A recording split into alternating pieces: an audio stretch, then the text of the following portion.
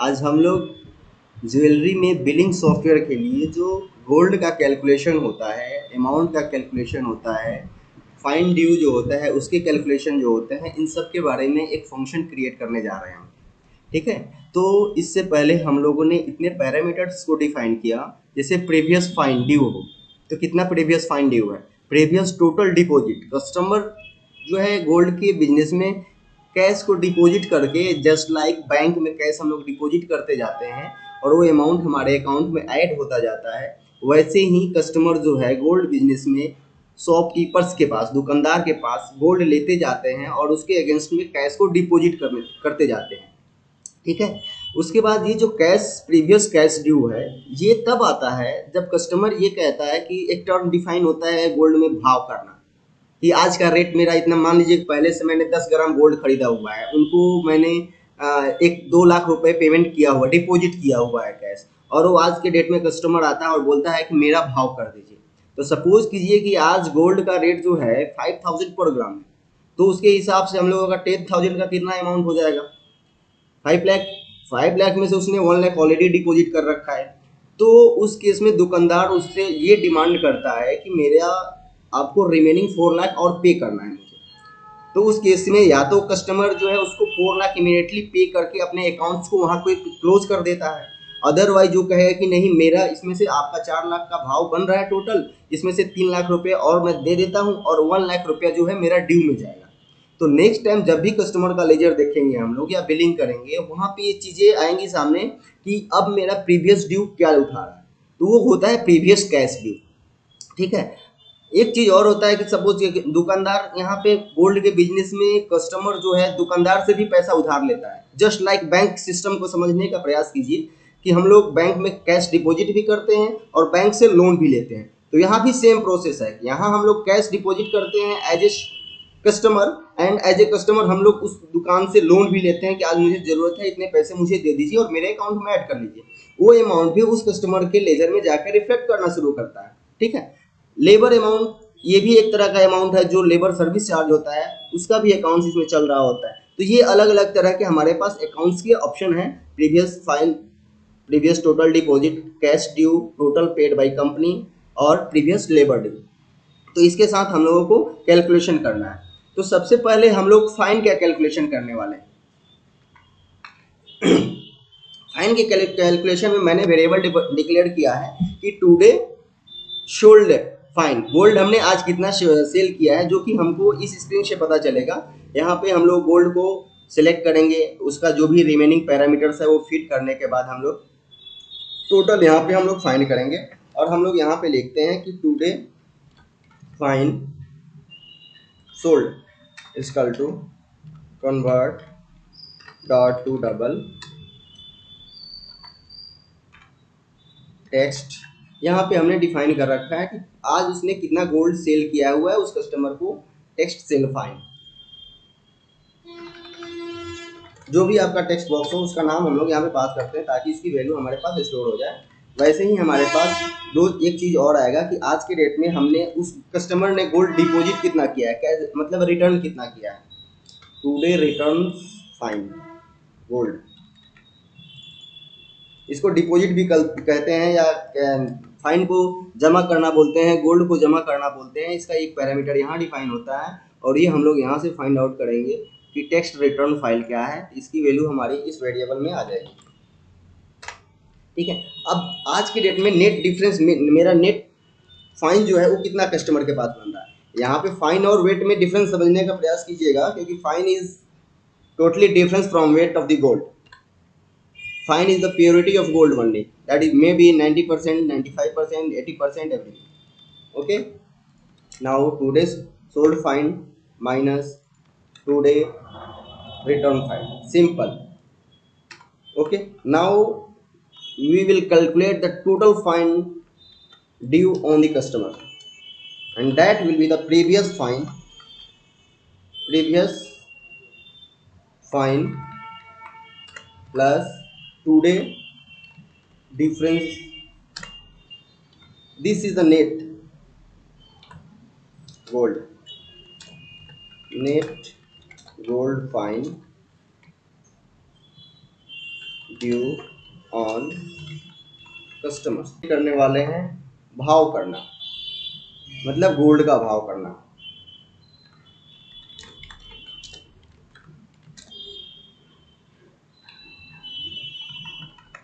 तो इसमें सबसे पहले भाव करने का, जब भाव किसका करेंगे, गोल्ड का। हमको रेट पता होगा, चूंकि हम लोगों के पास टोटल फाइन आ गया, उस फाइन के बेसिस पे हम लोगों को सबसे पहले फाइंड आउट करना पड़ेगा कि मेरा टुडे गोल्ड रेट क्या है। Gold rate equal to zero हम लोग डिफाइन करते हैं, पहले इनिशियलाइज करते हैं, उसके बाद इसको डिक्लेरेशन के बाद हम इसका इनिशियलाइजेशन कर रहे हैं, कन्वर्ट। अब यहाँ पे चेक करना पड़ेगा, सपोज कीजिए कि फंक्शन हम लोग क्रिएट करने वाले हैं और उस केस में हमारे पास जो गोल्ड का रेट कॉलम है, टेक्स्ट बॉक्स है, उसके पास हमारे कोई वैल्यू नहीं है, तो एक्सेप्शन ना दे, तो उसको हैंडल करने के लिए हम लोगों को पहले से टेक केयर ऑफ करना पड़ेगा इस चीज़ को। Text rate dot text equal to blank. अगर ये टेक्स्ट बॉक्स की वैल्यू ब्लैंक होती है तो उस केस में text rate dot text will be zero. ठीक है, अब ये हो गया। अब हमारे पास, अब हम लोग गोल्ड रेट में वैल्यू को स्टोर करके रखते हैं, कन्वर्ट डॉट टू डबल, और इसमें हम लोग पास कर देते हैं टेक्स्ट रेट की वैल्यू को, एज इट इज हमने पास कर दिया। अब हमारे पास गोल्ड आ गया। अब क्या है, अब गोल्ड आ गया, अब हम लोग एक पैरामीटर और वेरिएबल डिक्लेयर करते हैं यहाँ पे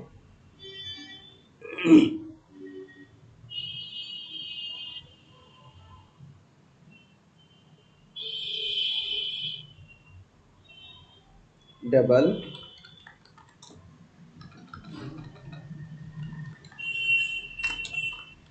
टोटल कॉस्ट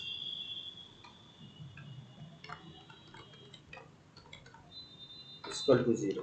अब ये होगा कितना, टोटल कॉस्ट विल बी, ये होता है हम लोगों के पास, हमारे पास टोटल फाइन कितना होगा, total fine into gold rate, gold rate.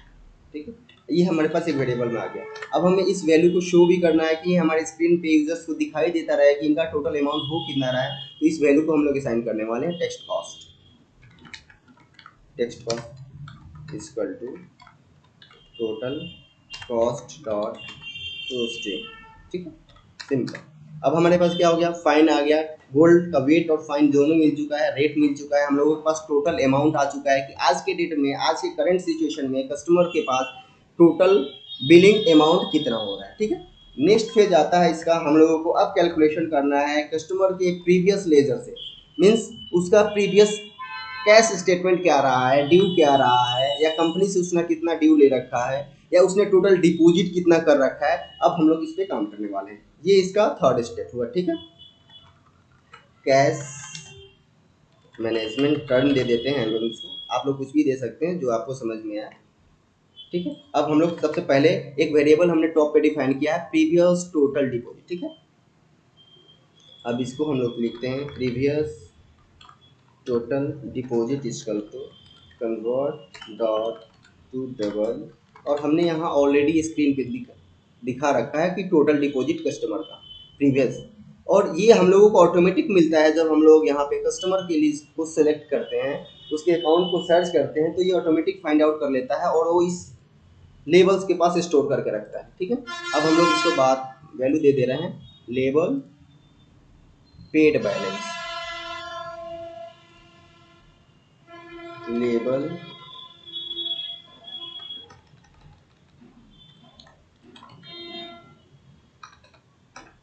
Paid balance dot text, ये अपने पास प्रीवियस उसका टोटल डिपॉजिट आ गया। ठीक है, अब एक टर्म और होगा प्रीवियस कैश ड्यू, अब हम लोग प्रीवियस कैश ड्यू को भी ले रहे हैं, प्रीवियस कैश ड्यू। यहाँ पे कंफ्यूज बिल्कुल मत होइएगा, क्योंकि ये चीज़ें टोटली कस्टमर और शॉपकीपर के मूड के ऊपर डिपेंड करता है कि वो लोग पैसा डिपॉजिट करते जाते हैं और उसको फिनिशिंग और कब क्लियर करने वाले हैं, ये टोटली उनके ऊपर डिपेंडेंट होता है। वो जब तक वो यस नहीं करेंगे कि मुझे भाव करना है, तब तक कोई भी फाइनल अमाउंट जो है, क्लियर फिगर आपको ये नहीं बताएगा कि एग्जैक्टली यही ड्यू रहा है मेरा। ठीक है, label cash due, text previous due amount, text previous due amount dot text. ठीक है, अब अपने पास क्या अब आगे, पहले से उनका डिपॉजिट इतना है, प्रीवियस कैश ड्यू इतना है। उसके बाद हम लोग बात करने वाले हैं यहाँ पे टू डे पेड अमाउंट की, कि आज भी कस्टमर कुछ डिपॉजिट कर रहा है क्या, टू डे पेड अमाउंट। तो ये हमारे पास ये previous labour due today paid by customer, total paid, ये रहा अपना टोटल पेड। कन्वर्ट, आप लोग जस्ट कॉपी पेस्ट इस वैल्यू का label company total paid amount, label company total paid amount आ गया। अब हम लोग बात करते हैं आज, just coming today payment details,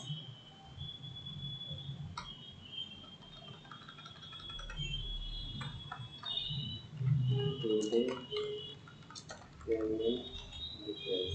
ठीक है, तो हम लोग अब यहाँ पे कुछ वेरिएबल्स और डिक्लेयर करते हैं कि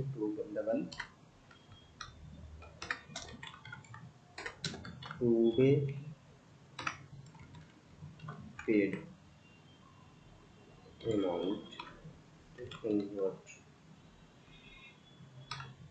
डॉट टू टेबल, और ये वैल्यू हम लोगों को बाय डिफ़ॉल्ट यहाँ से हम लोग लेने वाले हैं इस वैल्यू को टेक्स्ट पेड। अब यहाँ पे एक्सेप्शन से बचने के लिए हम लोगों को इस पर भी कंडीशन लगा देना होगा कि text paid dot text equals to blank, then text paid dot text equals to 0, ताकि ये इस कन्वर्जन के केस में ये हम लोगों को रिटर्न एरर ना दे। अब हम लोगों को उसका टोटल पेमेंट हम लोग को फाइंड करना पड़ेगा, डबल टोटल पेमेंट, ये कितना होगा, ये टोटल पेमेंट हम लोगों को कैसे कैलकुलेट होगा, यहाँ पे हम लोगों के पास उसके पास प्रीवियस टोटल डिपॉजिट उसका कितना है, ये है, ये कस्टमर का पार्ट है, और टू डे पेमेंट उसने किया इतना, तो ये उसका टोटल डिपॉजिट हो गया। This is the amount paid by customer to shopkeeper. Okay. Now अब हमारी बारी आती है कि हो सकता है कि दुकानदार का भी कुछ अमाउंट जो है ड्यू है, वो हम लोगों ने ऑलरेडी यहाँ पे मेंशन कर रखा है कि previous cash due, previous cash due हमारे पास कहाँ से आ रहा है, अब इस प्रीवियस कैश ड्यू को हमने स्टोर करके रखा हुआ है। तो अब एग्जैक्टली अगर हम बात करें कि मान लीजिए सपोज कीजिए कि प्रीवियसली कस्टमर ने 500 रुपये डिपॉजिट किया था और आज उसने 500 रुपये और जमा कर दिए थे, कस्टमर का कितना हुआ, टोटल 1000 रुपीज़ हुए। लेकिन मेरे दुकानदार कहता है कि ऑलरेडी मेरा कैश जो ड्यू था वो ऑलरेडी आपके पास 300 रुपये ऑलरेडी मेरा ड्यू पड़ा हुआ है।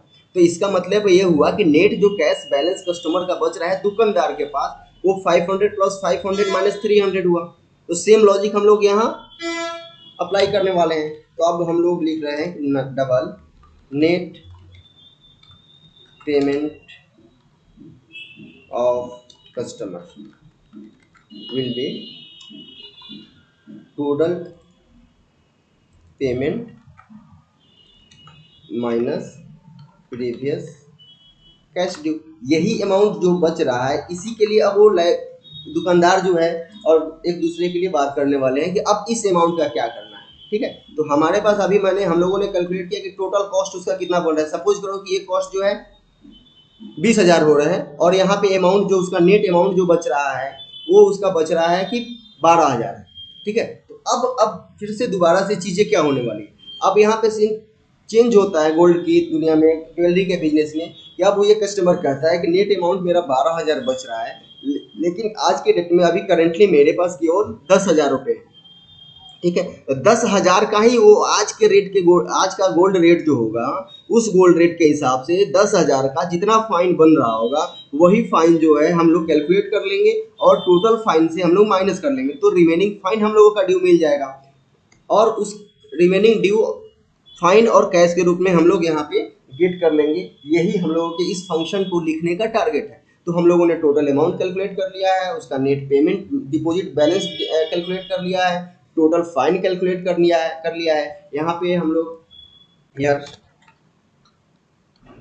We will calculate net balance fine either और नेट ड्यू ऑफ कस्टमर।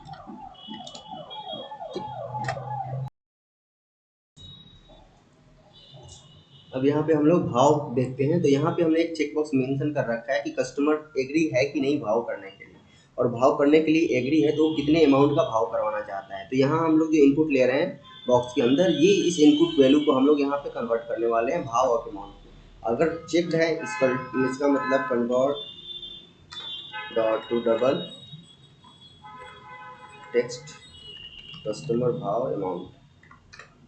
ये टर्म हम लोग अपने सुविधा के हिसाब से टेक्स्ट बॉक्स के नाम वगैरह दे सकते हैं, उस पर कोई बाउंडेशन नहीं है, जो आपको इजी लगे वो आप अडॉप्ट कर सकते हैं। Equal to 0। अब इससे पहले हम लोग एक्सेप्शन से बचने के लिए कर देंगे यहाँ पे text customer bhav amount dot text equal to null, then text customer bhav amount dot text equals to 0। ठीक, हम लोग एक्सेप्शन से बच जाएँ। ठीक, अब भाव आगे अपने पास, उसके बाद हम लोग इस भाव अमाउंट का हम लोग फाइन में कन्वर्ट करने वाले हैं। मान लीजिए कि 1,00,000 रुपये का टोटल अमाउंट हो रहा है, डिपॉजिट है मेरा, लेकिन हम चाहते हैं कि उसमें से केवल 80,000 का ही हम भाव कटवाना चाहते हैं, बाकी रिमेनिंग अमाउंट मेरा उनके पास बैलेंस पड़ा रहेगा, और जो 80,000 का गोल्ड बन रहा होगा वो उनके टोटल ड्यू फाइन में से, टोटल गोल्ड से माइनस हो के आ जाएगा। तो हम लोग यहाँ पे डिक्लेयर कर रहे हैं डबल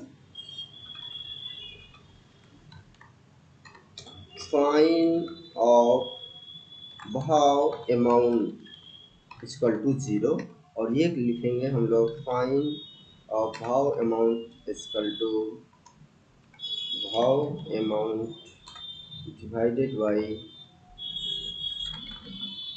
रेट।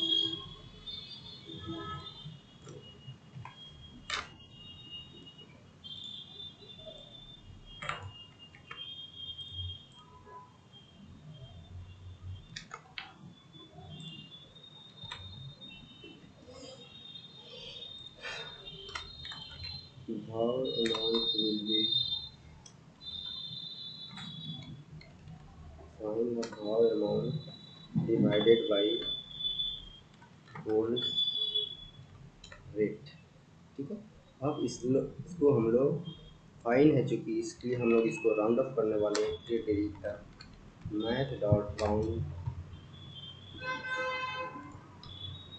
कॉमा रिटर्न, ये अपने पास फाइन ऑफ भाव अमाउंट होगा, ये भाव अमाउंट होगा, फाइन ऑफ भाव अमाउंट। अब हमको इसमें दिखाना है कि यहाँ पे कितना फाइन बन रहा है, तो इस बॉक्स के पास असाइन कर देंगे text fine of customer paid amount, text fine of customer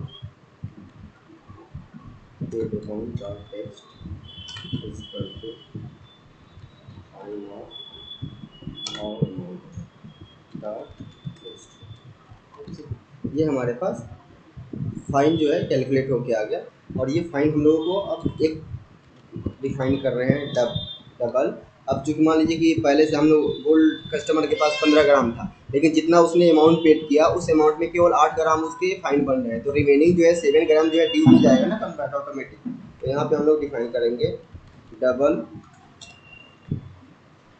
due fine या fine due to customer equal to total fine कितना हो रहा था अपना, total fine minus fine of amount, ये हो गया।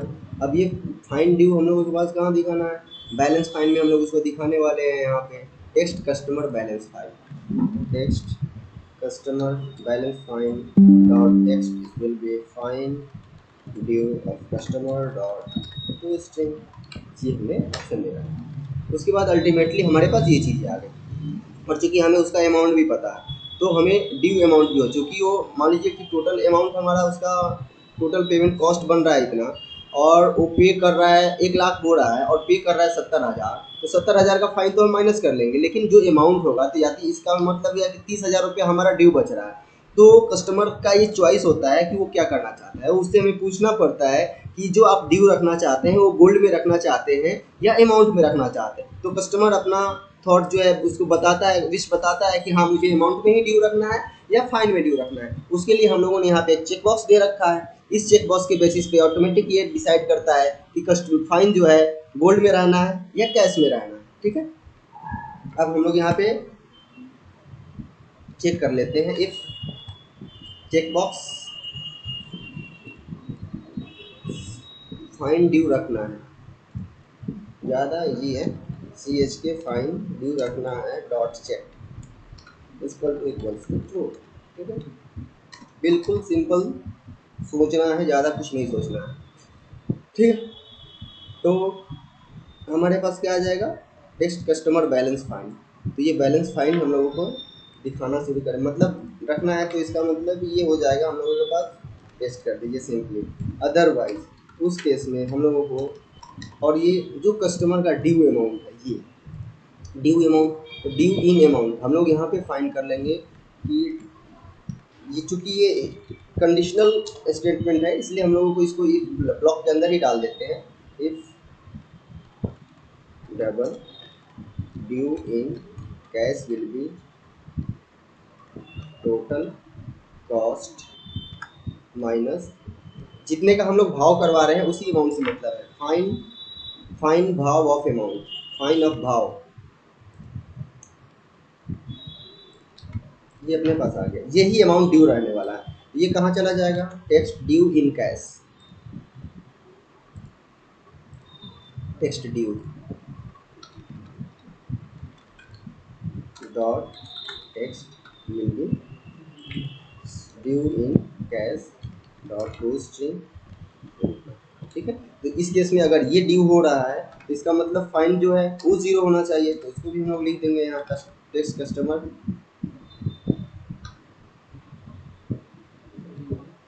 First balance fine dot text will B 0। Fit हो गया, क्योंकि और इसमें फाइन ड्यू है इसलिए टेक्स्ट ड्यू जो है उसको हम लोग अपना 0 सेट कर देंगे। Finish, this is the total function for calculating. इस फंक्शन को आपको जहाँ कॉल करना है, आप किसी भी के भी लीव इवेंट पे कॉल कर लीजिए, टेक्सचेंज पे कॉल कर लीजिए, जहाँ पे आपको कॉल करना है।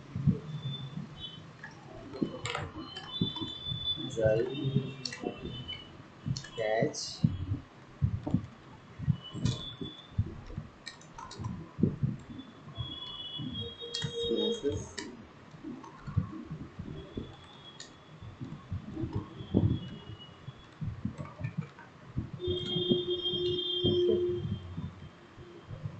ऐसे ही आप सिंपली अब इसको जहाँ जहाँ पे आपको लगता है कि कॉल करना ज़रूरी है, आप कहीं भी चेंज कर लें, यहाँ पे टोटल पेमेंट पे भी चेंज कर सकते हैं, ताकि आपका ये फंक्शन यूनिफॉर्मली काम करेगा। आप किसी भी कंट्रोल के साथ कुछ भी चीज़ें चेंज हो रही हैं, इसमें कोई भी पैरामीटर चेंज हो रहा है, उसके बेसिस पे ये फंक्शन यूनिफॉर्मली वर्क करेगा। Thanks, must watch our video and subscribe and like our video. ऐसे ही हम लोग इंटरेस्टिंग वीडियो आपके लिए प्रस्तुत करते रहेंगे और लाते रहेंगे। सब्सक्राइब करें, लाइक करें और हमें प्रोत्साहित करें ताकि हम और अच्छा से अच्छा वीडियो और कोट्स आपके सामने लाते रहें।